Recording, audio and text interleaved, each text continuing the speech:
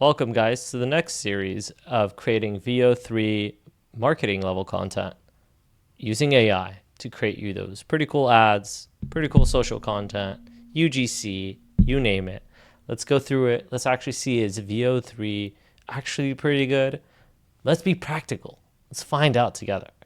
So if you look here, I've already started to put together some pretty cool, some VO3 content, and I'm trying to see, can we actually use VO3 to its maximum potential and use these clips, let's say for ads? Would it actually work?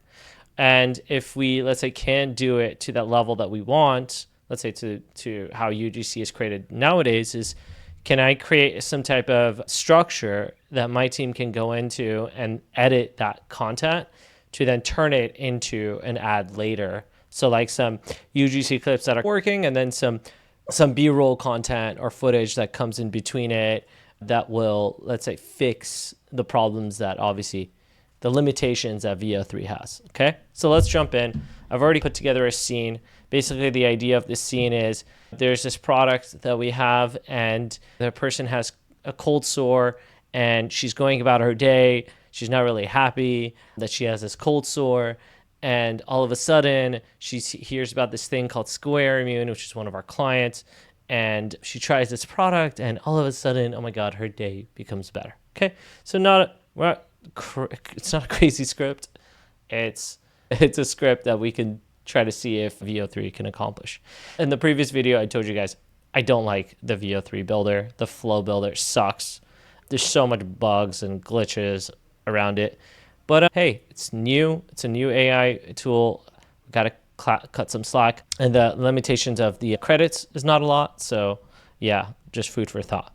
So here, what we've done, you can see I've already put together the scripts and actual scene-by-scene depictions. So for example, here I said, it's a solo marketer, sits at a cluttered desk in a cozy home. They're staring at their laptop screen through a campaign dashboard with the red arrows and low numbers. Frustration is visible.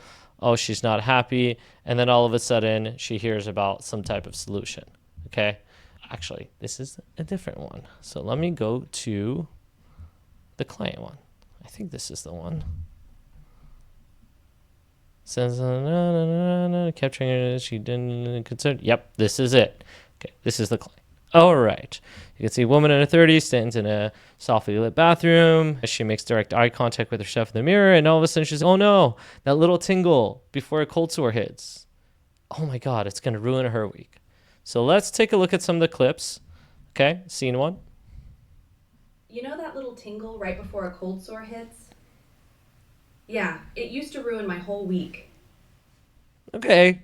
You know that little tingle? So it's kind of like narrated instead of her talking. Obviously, we asked for her to talk, but in this scenario, it didn't talk. But then look at the next one. You know that little tingle right before a cold sore hits? Yeah, it used to ruin my whole week. So a different take. One she's talking, one she's not talking. I prefer to go with this one, like the narrated style, even though that's not what we wanted, but it's pretty cool because she's obviously talking. So the problem is like you have to click add to scene, and then for me, for some reason, I have to like go back to these scene by scenes to re-add more scenes into the flow. Okay, so that's the first one. Let's go to the second one. Okay, so she's not talking.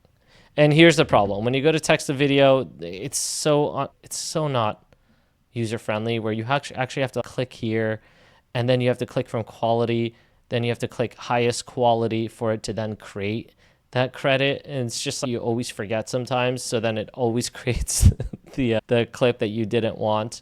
But okay, so we created the next one. That's fine.